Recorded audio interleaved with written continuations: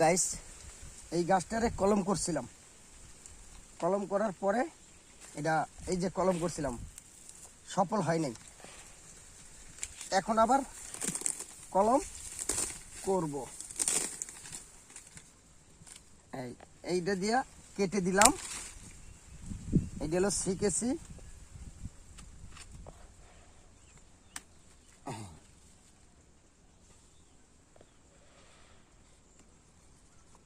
কাটতে হবে একটু সমান করে।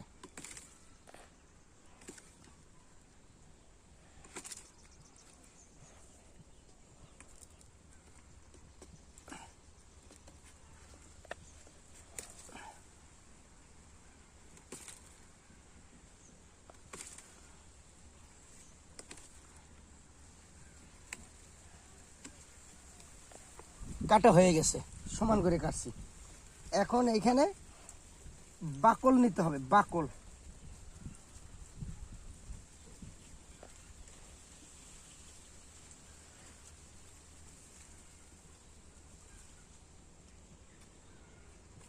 এই যে বাকল নিয়ে নিলাম।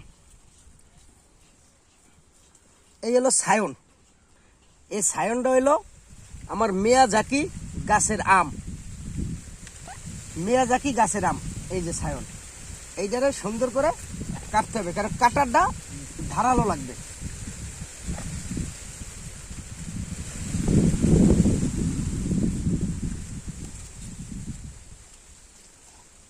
এইটা হলো ক্লিপ কলম, গেপটিন না, গুটি কলম না, এগুলো ক্লিপ কলম করতেছি। সমান করে কাটতে হবে।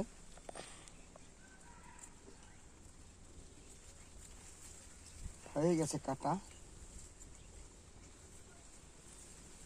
এই এখন এটার সাথে এটা জোড়া দিয়ে দিব।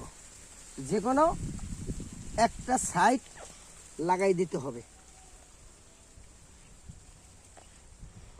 এটা আর একটু পাতলা করতে হবে।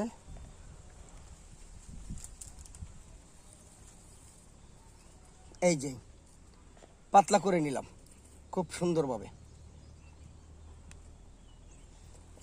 এইটার এই ছালের সাথে আর এইটার ছালের সাথে যে কোনো এক সাইড মিলাইতেই হবে।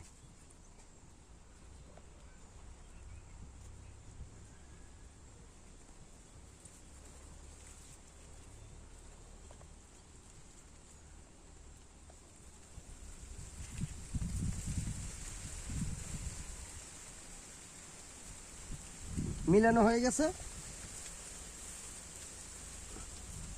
এখন পলিথিন দিয়ে পেঁচাইতে হবে সুন্দর করে। পলিথিন দিয়ে সুন্দর করে পেঁচাইতে হবে, হ্যাঁ, যাতে এনে লুজ না থাকে।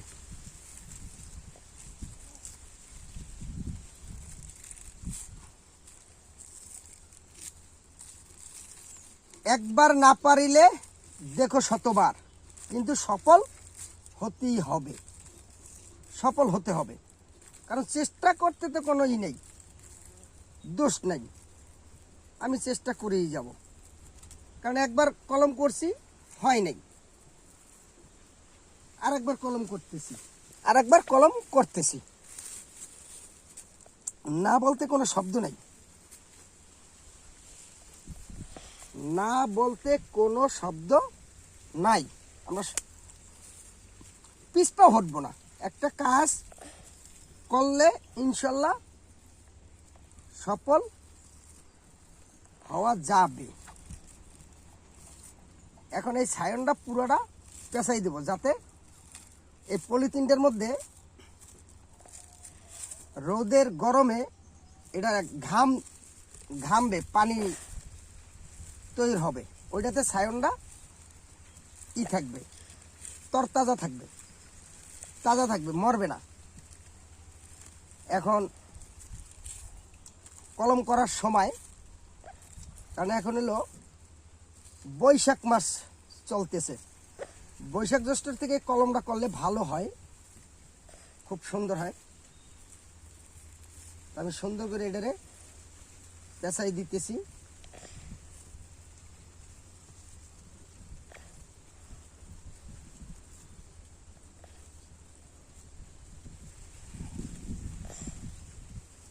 এইখানে এখন একটা